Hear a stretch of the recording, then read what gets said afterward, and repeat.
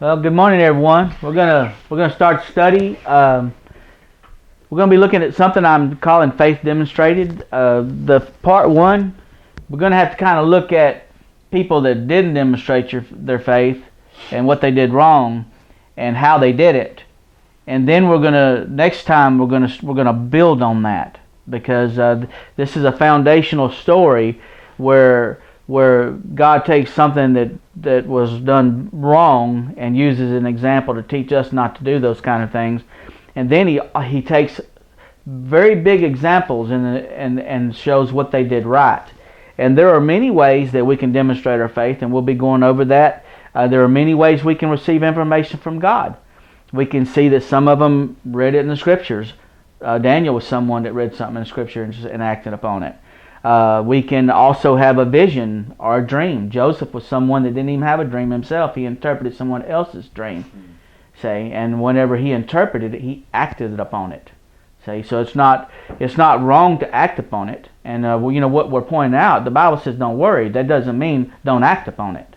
And so you can actually act upon something that God is telling you or has revealed to you without worrying about it.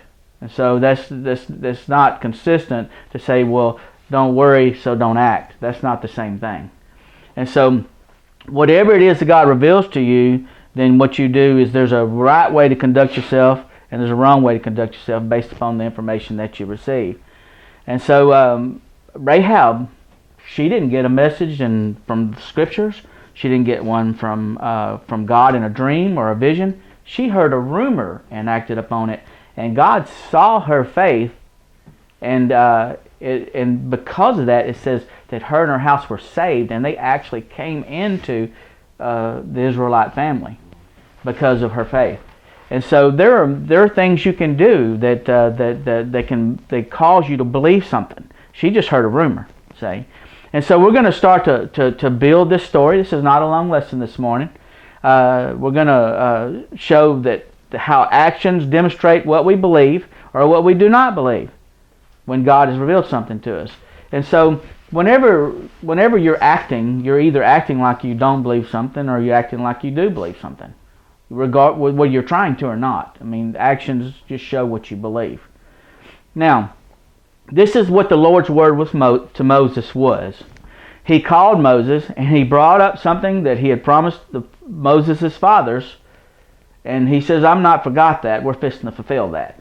So he made it very clear when he was calling Moses what he was calling him to do. And so in Exodus chapter 6, this is what the Lord said to Moses. Then the Lord said to Moses, Now shalt thou see what I will do to Pharaoh. For with a strong hand shall I let them go. Shall he let them go. For with a strong hand shall he let them go, and with a strong hand shall he drive them out of his land. So he's saying, I'm going to make Pharaoh run y'all off. He's not going to just let you go. He's going to drive you away. He says, I'm going to cause him to do that. And God spake unto Moses and said unto him, I am the Lord, and I appeared to your father, say, Abraham, Isaac, and Jacob, by the name of the Almighty God, but by my name Jehovah was I not known to them. And I have also established my covenant with them to give them the land of Canaan. And so this is the land, he says, of their pilgrimage. They lived in there and they were strangers in that land. But he said, someday your children are going to come and live here and I'm going to give them that land. So what he did is he brought up this promise when he called Moses. He says, I'm going to send you to bring those people out to inherit this land like I promised Abraham. That's what we're going to do. That was the plan. Okay? Now, whenever we're going to just skip forward right through all the plagues and all the things that caused Pharaoh to let them go, and we're going to get right up to this place where they were fixing to go in the land. And the Lord spake to Moses, so this is what I want you to do. Numbers 13 verse 1 through 3 says, send you men, and don't just send anybody. He says, send the men that they may search the land of Canaan, which I give to the children of Israel. I'll just give it to you. It's yours. He says, of every tribe of their fathers shall you send a man, every one a ruler among them. So I want you to take the leader of each one of the tribes of the children of Israel. And I want you to send a leader in there. And he says, and Moses by the commandment of the Lord sent them from the wilderness of Paran, and all those men were heads of the children of Israel. They were heads. They were people that governed the people. Okay? Now, Moses sent these leaders to confirm the Lord's report, because the Lord said, hey, this land that I give you is flowing with milk and honey. It's very fertile. And he says that it's a good land. You know, it's a place where you can go and find rest and have plenty to eat. And so Moses sent them to spy the land, to spy out this land of Canaan. And he said to them, you get you up way southward and get up into the mountain, see the land, what it is, and the people that dwell therein, and whether they be strong or weak, few or many, and what the land is where they dwell, whether it be good or bad. See, that's what the Lord said. He said it was good land. And what the cities are that they dwell in, whether they be tents or strongholds, walled cities. They were walled cities. You know, Jericho was a walled city. And he says, and what the land is, whether it be fat or lean, because the Lord said it was fat. And he says, whether there be wood therein, and it be of good courage. And he said, you be of good courage, go look at this and bring the fruit of the land so we can see it. Now this was the time of the first fruit grapes that they went in there, the time of the harvest of the grapes. Now, they took a good look. They went in there. Numbers 13 says they came unto the brook of Eshcol, and they cut down from thence a branch with one cluster of grapes. And the cluster of grapes was so big, they had to bear it upon between two. Bear up on a staff between someone on each end, like you see people carry deer that way sometimes. They put it on a pole and they carried it out, so it wasn't something they could just grab in their hand and walk off with. It was a giant cluster of grapes. So they got this cluster of grapes and they bear it between two upon a staff, and they brought also of the pomegranates and of the figs of the land. And they returned from searching the land after 40 days. They were in there 40 days. They took a good look. They brought back fruit. Now, this is the example of unbelief by the way they're talking. Say, when you don't believe something, you talk like you don't believe it. Okay? And so that's what they said. They came back, and it says in Numbers 13, and they went and they came to Moses and to Aaron, and they came to all the congregation of the children of Israel. They were leaders, so people were all waiting to hear the report. They came to all the children of Israel and into the wilderness of Paran to Kadesh, and brought back word unto them and unto all the congregation, and they showed them the fruit of the land. So this is what we brought back. And they told them and said, we came to the land whither thou sentest us, and it flowed with milk and honey, and this is the fruit of it. They said that part of what God said was true. It was flowing with milk and honey. It had big fruit. It was very fertile. All that part of that God said was true. But then they said this part God said was not true.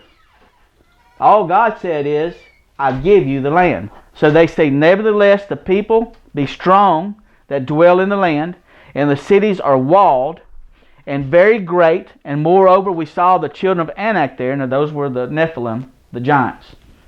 And he says,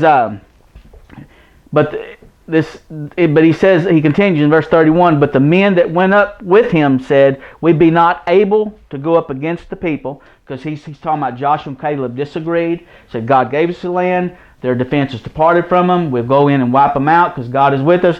But the other 10 didn't say that. They says, we be not able to go up against the people because they're stronger than we are. So they did not believe God, and they were talking like they didn't believe God. And he says, and they brought up an evil report of the land which they had searched unto the children of Israel, saying, the land through which we have gone to search it is a land that eateth up the inhabitants thereof. And so he's saying actually people are dying in there because it's so violent.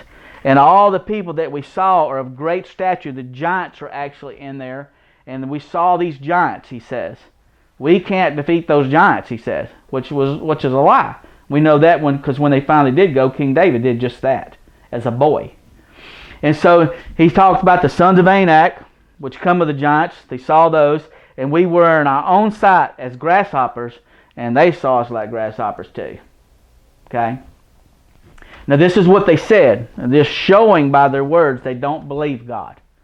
Now, the congregation hears the words, and they show their unbelief by their words and actions. And this is what they said. All the congregation lifted up their voice and cried and wept. When you get a report like that and you believe it, you weep. If you don't believe it, it doesn't hurt your feelings. See? So they didn't believe God. They did believe the 10 spies that they couldn't take the land. And they cried because of it. And then they murmured instead of saying, God is with us, we can do whatever because God is with us. I mean, they saw what He did to the Egyptians. They saw His power. And they're saying, they're murmuring against Moses and against Aaron. And the whole congregation said unto them, these are their words, would God that we had died in the land of Egypt, or would God that we had died in this wilderness? They said, God has brought us here to die. We could have just stayed in Egypt and did that. So they didn't believe anything that God had said, that He'd given the land. He said, wherefore hath the Lord brought us to this land to fall by the sword, that our wives and our children should be a prey? Were it not better for us to return to Egypt? And they said to one another, let's make a new captain. We're going to reject Moses as leader. We're going to make a captain and go back to Egypt. That was their decision based upon what the spy said. So they're talking and planning and acting like they don't believe God. That's what's going on. Okay? And so the Lord has told us things in Scriptures. We all have to, some of it's prophetic. This was prophecy. This prophecy was, I gave this land to your fathers. You're going to go in and inherit it. You're going to go in and defeat the people in the land. This was all prophecy. They didn't believe any of it. See? I'm going to be protecting you. I'm going to defend you. And you will possess this land. That was what He was telling them. Well, it's the same thing in the tribulation time. God tells us He's going to prepare a place for us, feed us, nurture us. Believe that. Or act like this. That's your choices. Okay? So they're making plans to go back to Egypt. Okay? Now look. Then the people that believed, Joshua and Caleb and Aaron and Moses, this is the way they're responding because these 4 people believed. So Moses and Aaron fell on their faces because they're falling on their faces to humble themselves before God because they know that, hey, they got one chance to turn this around, and if they don't, God's fixing to get angry. Okay? And so they're falling on their faces because they know there's going to be a very bad response if this doesn't start going well. Now see, God is waiting. He didn't get mad and jump up and start chopping people up. He didn't do that.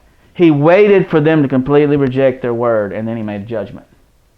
So here comes His people to speak the word to the people. Okay? He says, Moses and Aaron fell on their faces before all the assembly and the congregation of the children of Israel. And Joshua and Caleb, what they did was they rent their clothes to show they were not part of this. Okay? And then this is what they all spake to the company of the children of Israel. They said, the land which we passed through to search it is an excellent good land. If the Lord delights in us, then He will bring us into this land and give it to us. And this is a land which flows with milk and honey. He says, but do not rebel against the Lord right now. Don't rebel against the Lord. Neither fear ye the people of that land. Don't be afraid, because they're bread for us. They're like bread for us. We're not bread for them. They said we were like the inhabitants of the land eats up so He's saying, no, it's not going to be that way. We're gonna be the victors. He says their defense is departed from them, and the Lord is with us. Don't be afraid of them. It's the same thing going into this tribulation period. See, the church is going in the wilderness. He's saying, don't be afraid. Okay? And all the congregation, their response was, let's just stone these. Make a captain, go back to Egypt. That's their response. So their actions is, no, we don't believe. We still don't believe. We will not believe. And they're acting like it. Okay? And the glory of the Lord appeared in the tabernacle of the congregation before all the children of Israel. Now it's too late. So He waited till this conversation took place. The glory of the Lord come down to the tent where the high priest went in and met. And Moses, in this case, went in and met and got the word. So now it's too late. They rejected it. They refused. The preachers came and talked. They refused again. Now it's too late. They demonstrated their unbelief. Now, forfeiting the promises of the rest in their own land. This is the thing. We're going to start talking about the rest. The rest is a triad message. We'll get into this pretty deep the next study. And so, in other words, this is a physical land where they were going to go in and find rest. The 7th day is a day of rest. This was a land of rest. We're coming into the 7,000th year. The millennium is a rest. Also, heaven is a rest. And the New Testament makes hay of all of that. And so what we're seeing is that these messages of old teach us about these rests that are coming. For some people who are not going to millennium, then they look to the heavenly rest and get rest. But to us who are alive at the time that Jesus returns and are able to go into millennium, we get rest there. And so this is all a picture of what's coming. And so this is where the conversation went. Say they forfeited their promise of this rest in their own land. They were going to get their own land. They hadn't ever had their own land. They were going to get their own land and have rest in it. So this is what the Lord said to Moses. How long will this people provoke me, and how long will it be ere they believe me? They didn't believe him. For all the signs that I showed them in Egypt. I showed them all these signs. Now we're supposed to look at this, the power of the Lord, and know when he says he's going to exercise power to protect us, to nurture us, to feed us, to take care of us till the time is over, that we've got a chance to believe that without seeing these miracles. They saw the miracles and didn't believe. And he says, because all those men which have seen my glory, they've seen my cloud come down from heaven, my glory cloud, and my miracles which I did in Egypt and in the wilderness. I gave them water out of a rock, bread fell from heaven, and they've tempted me now these 10 times.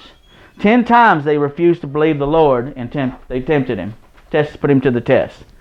And they've not hearkened to my voice. They never acted like they believed me. And that is his charge here. How long ere they believe me? So the whole thing is, hey, believe me and act like you believe. Talk like you believe. See, this is what he's trying to get from people. Surely they shall not see the land which I swear to their fathers, neither shall any of them that provoke me see it. Because of this, he said, they don't get to go in. And it's the same with going in to heaven or going into the millennial time or any of that. It's the same. You don't believe, you don't act like it, you don't go in. It's the same. He says, but Caleb, because he had a different spirit, and he followed me fully, I'm going to bring him to this land, wherein he went, and his seed shall possess it. So Caleb went in, and he also makes a point, not in this particular slide, but that all the children, they said, were going to be afraid. They're going to get to go in, 20 years old or below 20 years old. 20 years old and upward will bear the iniquity, he said, and below 20, he said, they will go in. So now the Amalekites and Canaanites dwelt in the valley, and tomorrow turn ye and get you into the wilderness by the way of the Red Sea. So he's saying, y'all can't go now. Turn into the wilderness and go back into the wilderness.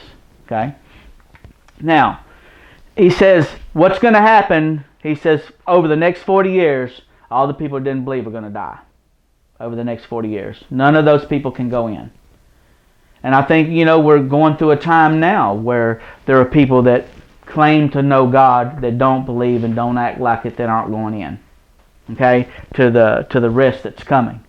So he says, your carcasses shall fall in the wilderness, and he says, and all that were numbered of you, according to your whole number, from 20 years old and upward, which have murmured against me, he says, you will not come into the land concerning what I swear make you to dwell therein. Concerning which I swear to make you dwell therein. Except for Caleb and Joshua. They're going in. Now it's important because when he made this promise, when he swore to them to give them the land, it was conditioned upon their faith. There was a condition that was given on that. And so the New Testament doesn't know how to really translate that. So what it says, it uses the word if, and the word if, when you look that up in the Greek, it'll show you that it was conditional promise that was made here. And they failed the condition, is what happened. He says, but your little ones, which he said should be a prey, I'm going to bring all those in. And that's who Joshua and Caleb brought in. And so Joshua, if you remember, over this next 40 years when everybody else died, he said that his body didn't diminish. He felt as young as he ever did. He went in with strength, And so, God worked a miracle to preserve Caleb and Joshua, while the rest of them just got sickly and died off. He says, but as for the ones that didn't believe, as for you, your carcasses shall fall in the wilderness, and your children shall wander in the wilderness 40 years, and bear your whoredoms, until your carcasses be wasted in the wilderness. And this is just their unfaithfulness, is what he means. And after the number of the days which he searched the land, he says, you searched the land 40 days, you didn't believe me, so you're going to, for a day, for a year, you're going to go back into that wilderness until all of you fall that didn't believe me. And ye shall bear your iniquities even 40 years, and ye shall know the breach of promise. I, the Lord, have said, I will surely do it unto all this evil congregation that are gathered together against me. See, that's what they have done. They've gathered together against the Lord. When they gathered together, started saying, let's make a captain, go back to Egypt, stone Moses and Aaron. See, it's just as if they spoke it against him. It says, in this wilderness they shall be consumed and they shall die. Now, there's a promise left us, and so this is what we're going to move into in the next 7 slides or so, is we want to show that the New Testament makes it very clear that this was a triad promise. Okay? Now, the Hebrew writer, as he writes to the Jews, the Christian Jews, this is what he says. He says, Hebrews chapter 3, verse 14, we are made partakers of Christ if we hold the beginning of our confidence steadfast to the end. It's the same deal, y'all. See, we become partakers of Christ if, there's your condition, if we hold the beginning of our confidence. In other words, we got confidence in God, faith in God, and we act like it. That's what James talked about when he says we demonstrate our faith. He's not talking about keeping rules and commandments and all that when he talks about works. He's talking about demonstrating our faith. And we'll get into that next study. Now, so this is what he's saying, is that we become partakers of Christ if we have this confidence in what Christ has said, right to the end of our lives. And he points out how that King David wrote this, today if you will hear his voice, harden not your hearts, as in the provocation. Now the provocation is when they provoked God in the wilderness and said, let's kill Moses and Aaron, stone them, and go back to Egypt. That's when they provoked God. So he's saying, look, there's another day now. Today if you will hear his voice. Don't act like they did. Hear his voice and believe it, and act like you believe it. That's what he's saying. For some, when they heard, did provoke, howbeit not all that came out of Egypt by Moses. Joshua and Caleb, they didn't provoke God. They weren't in on that. But with whom was he grieved 40 years? Was it them that had sinned? Was it not with them that had sinned, whose carcasses fell in the wilderness?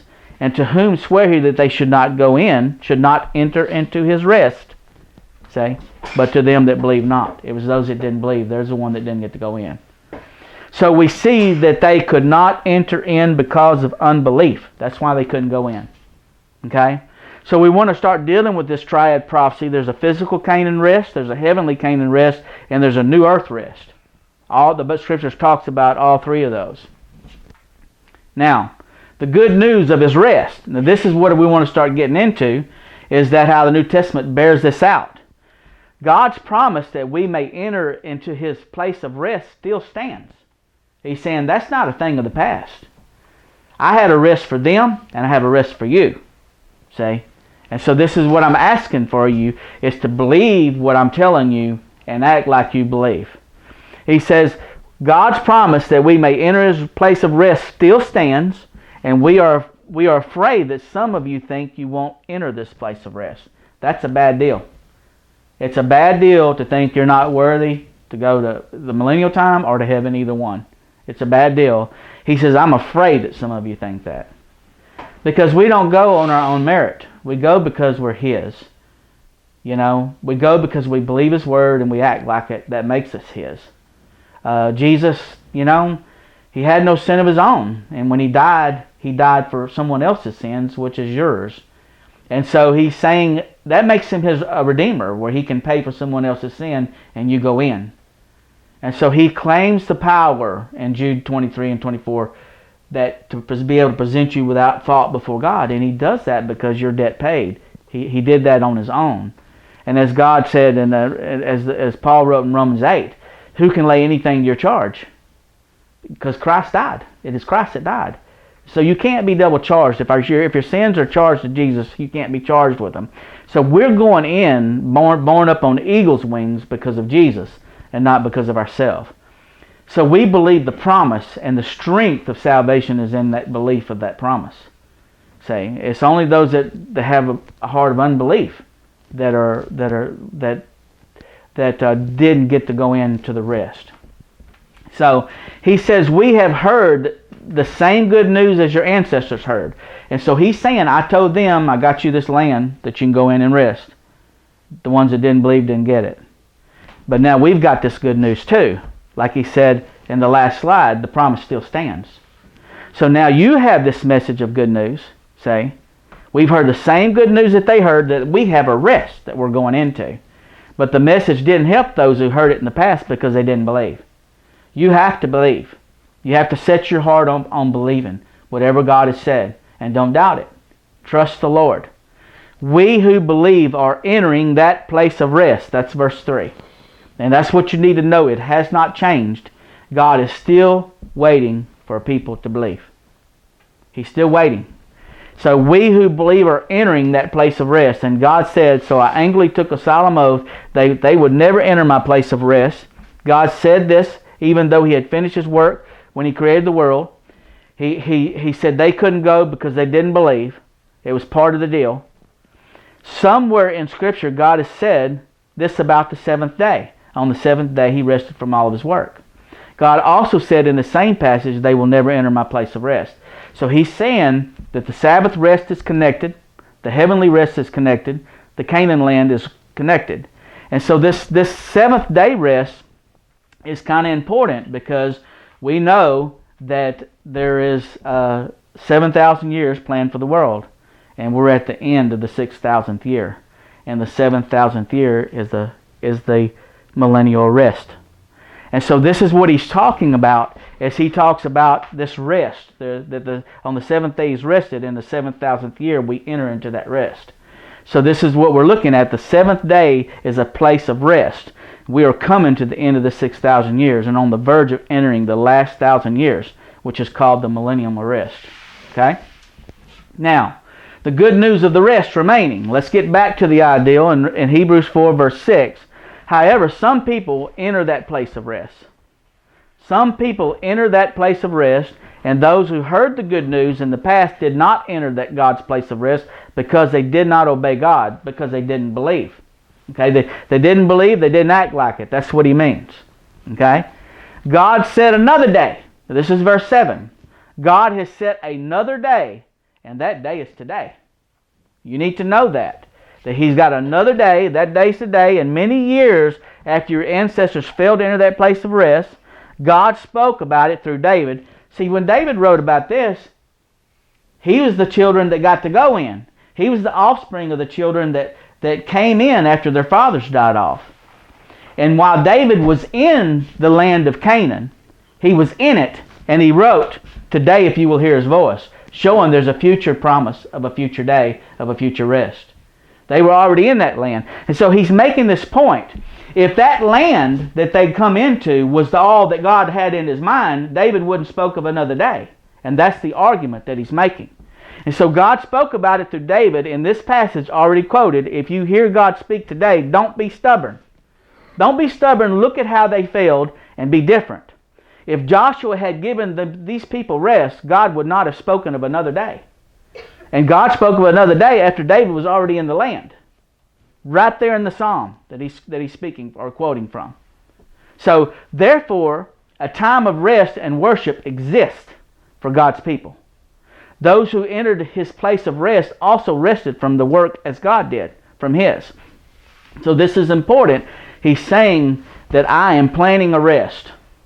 That we enter this. And He's connecting this in some places to heaven, the heavenly Canaan, and some places back there to the physical land, and in some places it's the millennial time. He connects it to all three. So he's saying, therefore, a time of rest and worship exists for God's people.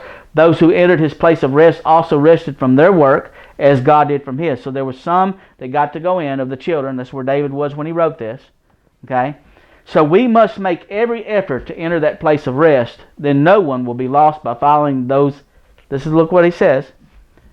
So we must make every effort to enter that place of rest. Then no one will be lost by following the example of those who refuse to obey. Proof of another rest right here. Okay? They had an example of unbelief by their behavior. Okay? Now, the Lord has spoken of the wicked being removed out of the world. In Psalms verse 37, I want to tie in this millennial ideal because we've not done, we've shown mostly about the land. I've talked a lot about the other two, the heavenly Canaan, and also the seventh or the millennial time. And so I want to bring in some verses that talk about the millennial time in terms of it being a land of rest or a place of rest and how that comes into being. Okay? So the Lord has spoken of the wicked being removed out of the world and was coming into a rest. Psalms 37 is a wonderful place to find that. Okay? He says in verse 37, and this is really a message to you today because everyone that believes in God and loves God, they're really being tormented by the rise of darkness and the rise of this wickedness right now. And this is what the Lord wants to say to you. Fret not because of evildoers. Don't even fret. Get to this little safe place where it's you and Jesus every day. And yeah, it's great for y'all to share things about Jesus in this dark time and try to get people to come out before it's too late. But don't be fretting because of the evildoers. It's their time. It's the time of their rise. It's the time of us to get tread underfoot. And that's going to go on for 42 months. But don't fret because of evildoers. Neither thou be envious against the workers of iniquities. Don't wish that you was involved in anything they're involved in. Don't do that. This is the result, y'all. They shall soon be cut down like grass. They're going away. Okay? They're going to wither as the green herb. Trust in the Lord and do good. So shalt thou dwell in the land, and thou shalt be fed. That is exactly what he said he's going to do to the church that goes in the wilderness. He's going to feed them. So he's promising again an ideal of land, okay, and being fed. Now watch this. Delight thyself also in the Lord, and he shall give thee desires of thy heart. Talking about this relationship. Commit thy way unto the Lord, and trust also in him, and he shall bring it to pass. Helping you in the things that you're dealing with. Having this relationship with him. Now watch. Verse 6, and he shall bring forth thy righteousness as the light, and thy judgment as noonday. And so we want to look at this ideal of how he makes you a light in this dark time. The Lord has spoken of his people inheriting the earth, and that's what we're going to see in this slide. He's going to turn this cutting down the evildoers right into the righteous inheriting the land. So he makes you a light as noonday. He says, rest in the Lord. Now here's the ideal of the rest, y'all. Rest in the Lord and wait patiently for him. Fret not thyself because of him that prospereth in his way, and because of the man who bringeth wicked devices to pass. Don't be fretting. Just rest in the Lord. Don't be fretting. Cease from anger, forsake wrath. Fret not thyself in any wise to do evil. Do not render evil for evil. Do not get involved in any evil that's going on. For evildoers shall be cut off. He's saying it again. Right here, the evildoers will be cut off. That means killed. But those that wait upon the Lord, they're going to inherit the earth. Now this is what the rest we want to talk to you about. Is when the righteous inherit the earth and the wicked are gone. See, this is a rest that we're talking about. He says, for yet a little while and the wicked shall not be. In other words, you'll know all these people that are wicked, and you know they're wicked. And they won't be anymore. He says, thou wilt search diligently, you will consider diligently his place, and he won't be there. None of them will be there where they used to dwell. He's telling you ahead of time this is coming. And he tells you again, but the meek, the humble, they're going to inherit the earth and shall delight themselves in the abundance of peace. The rest, we're coming into a peaceful rest. And they're going to be gone. He's telling you that this has to do also with coming into the 7,000th year. Now, there's a lot of verses. This is into part 1, and I didn't incorporate all of them in there.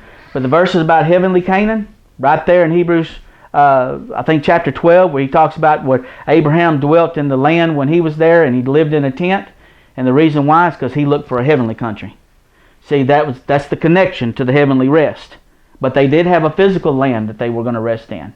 And so we're making also a connection to this millennial time being the 7,000th year, or the Sabbath millennium, the time we enter a rest. See, they're all true. And so these examples, these bad examples still stand. And what we're going to do next time is we're going to take 3 famous examples of when people heard something, and we're going to show the way they heard it, and then the way they did act. See? And so what we wanted to incorporate into our thinking, there are right ways to act about the way you believe. See? And whatever you're acting, you're showing whether you believe or you don't believe by the way you act. And so what you do is you act like you believe. You incorporate that into your Christian walk. You talk, you act like you believe. Trust the Lord. See? And finding the scripture says that don't worry doesn't mean you don't act. See, some people try to use it that way, but it doesn't mean that way. You're acting whether you're worrying or not. And so it's like coming to a place in your life where you know that you're acting whether you're worrying or not. And you need to act correctly. Okay? And this is just the end of part one. That's all I'm going to share with you today on it. I'll turn it